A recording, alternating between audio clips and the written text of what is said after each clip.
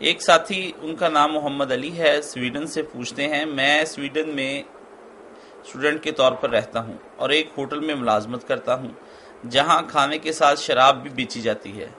یہاں میں جبکہ میں اپنی فیملی کا واحد کفیل ہوں اور مجھے دوسری جاب اس لیے نہیں ملتی کہ مجھے وہاں کی زبان نہیں آتی۔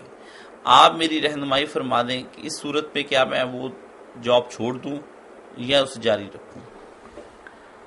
آپ وہ جاب نہ چھوڑیں، مگر ساتھ ساتھ نہ اس میں کوشش میں لگے رہیں کہ کوئی ایسی جاب مل جائے جہاں یہ شراب کا کاروبار نہ۔ اللہ تعالیٰ آپ کو نصیب کرے۔ آپ کا جذبہ تو بہت مبارک ہے کہ آپ اس حرام چیز کے استعمال سے نفرت کرتے ہیں، مگر جب تک کوئی جاب نہیں نہ ملتی آپ یہ نہ کام کریں، ایسا نہ ہو کہ بعد میں پچھتانا پڑے۔ اور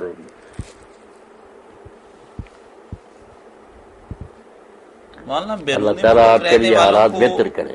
بیرون ملک رہنے والوں کو عموماً یہ پریشانی لاحق رہتی ہے، یا انہیں وہاں شراب بیچنی پڑتی ہے یا انہیں کچھ اس نسور کا گوشت جس میں برگر وغیرہ میں ڈالتے ہیں۔ یہی دارالکفر میں مصیبت ہے نا۔ تو یہ جو ہمارے دوست صرف اپنی زندگی کی عیش و آرام کے لیے یا تعیشات کے لیے یا سائشات کے لیے دارالاسلام چھوڑتے ہیں اور دارالکفر کی طرف چلے جاتے ہیں، تو یہ شرن اس کی کیا حیثیت رہ جاتی ہے؟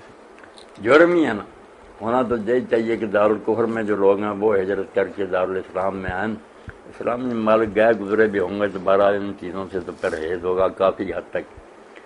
میں دنیا کی خاطر جانا بری بات ہے۔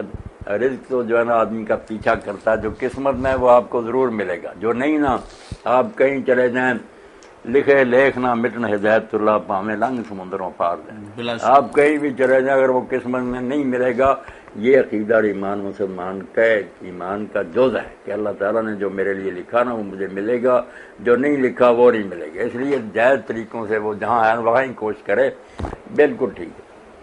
مجھے ایک بات یاد آتی ہے کہ ایک آدمی بنارس جانے لگا، ہندوؤں کا وہ بہت بڑا مرکز ہے نا، مندر ہیں بڑے بت ہیں وہاں۔ تو ایک بزرگ سے جو اس کے مرشد تھے رہبر ان سے ملنے کے اور کہنے لگا مولانا آخری سلام ہے، میں بنارس جا رہا ہوں روزی کے لیے۔ تو بزرگ نے کہا کہ بنارس کے رب کو میرا سلام کہنا۔ تو اس نے کہا توبہ توبہ، بنارس کے رب کو کیا اور؟ انہوں نے کہا بنارس کا رب اور نہ ہوتا تو تم وہاں کیوں جاتے؟ اگر وہاں بھی وہی رب ہے تو یہاں رہ کے نہ اس سے مانگتے کہ میں یہی رہوں گا۔ اس نے توبہ کی کہ میں نہیں ہندوؤں کے گھر میں جاؤں گا۔ اس لیے نا جہاں ہیں آپ پیدا ہوئے وہاں ہی کوشش کریں، انشاءاللہ نا آپ کی نیت نیک ہوگی تو وہاں ہی اسباب مہیا کر دیں، نہ جائے پردیس میں۔ کتنے لوگوں نے دھکے کھائے اور بہت تباہ حال ہوئے، دنیا آخرت دونوں برباد ہوئے۔